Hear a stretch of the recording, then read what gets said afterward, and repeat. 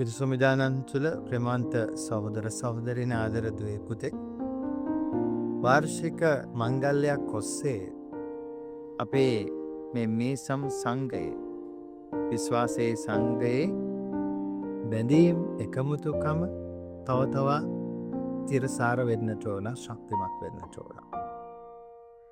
ඒකට තමයි හැම වාර්ෂික මංගල්‍යයක් ඔස්සේම අපෙන් අපේක්ෂා කරන්නේ, බලාපොරොත්තු වෙන්නේ.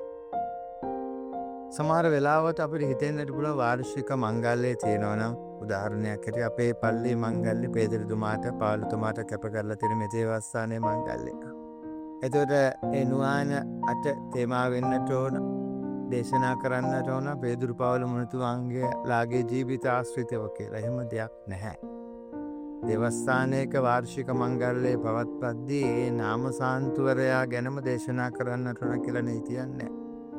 හැබැයි අපිට අපේ ආධ්‍යාත්මික ජීවිතය ගොඩගන්නට, නන්වාලන්නට, යම් නවෝදයක් ඇති කරගන්නට පුළුවන් හැටියට ඒ දේශනාවන් සිද්ධ වෙන්න ඕන.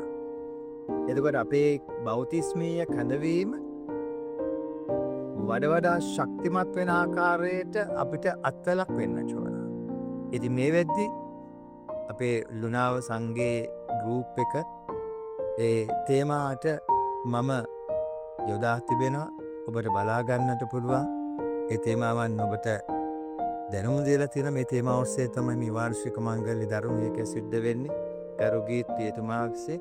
ඉතින් අපි සියලු දෙනාම පුළුවන් ආකාරයට හැම නුවණයකටම සහභාගී වෙන්නට අපි උත්සාහ කරන්නට, පුංචි දරුවා, තරුණ තරුණියෝ, වැඩිහිටියෝ සියලු දෙනාම මේ වාර්ෂික මංගල්‍යයට අදිතාලමක් හැටියට සූදානම් කරලා තිබෙන මෙම ධර්ම වේකයට පැමිණෙන්නට කියලා බොහොම ඕනෑකමින් නිහතමානීව ඔබ සියලු දෙනාගෙන්ම මම ඉල්ලා සිටිනවා.